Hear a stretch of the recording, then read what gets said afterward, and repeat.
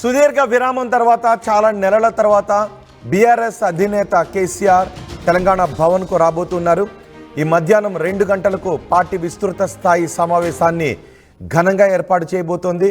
Party silver Jubilee వేడుకలకు సిద్ధమవుతున్న ఈ సమయంలో పార్టీ కేడర్కు దిశానిర్దేశం చేయబోతున్నారు కేసీఆర్. ప్రజాక్షేత్రంలో చేయాల్సిన పోరాటాలపైన, పార్టీని సంస్థాగతంగా ఇంకా బలోపేతం చేసే విషయాలపైన కేడర్కు దిశానిర్దేశం చేయబోతున్నారు కేసీఆర్. ఈ సమావేశానికి కేసీఆర్ హాజరు కాబోతూ ఉండటంతో తెలంగాణ శ్రేణులన్నీ భారీ ఏర్పాట్లు చేస్తున్నాయి. రేవంత్ సర్కార్ ప్రజా వ్యతిరేక విధానాలపై పోరాడడానికి యాక్షన్ ప్లాన్ను సిద్ధం చేస్తున్నారు కేసీఆర్.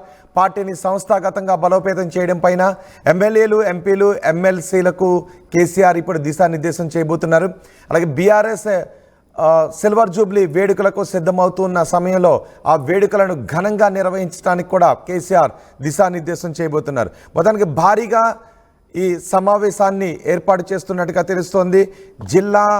అన్ని జిల్లాల నుంచి కూడా పార్టీ నాయకులకు పిలుపు వచ్చింది పార్టీ కార్యాలయానికి రావాలి అని.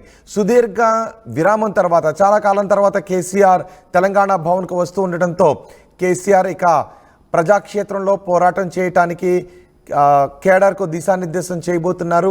ఇక నుంచి అంతా పోరాటమే ఉంటుంది, ఉధృతంగా ఉంటుంది. ప్రభుత్వ ప్రజా వ్యతిరేక నిర్ణయాలపై పోరాటం ఒక రేంజ్లో ఉంటుంది అంటూ బీఆర్ఎస్ నేతలు చెప్తున్నారు.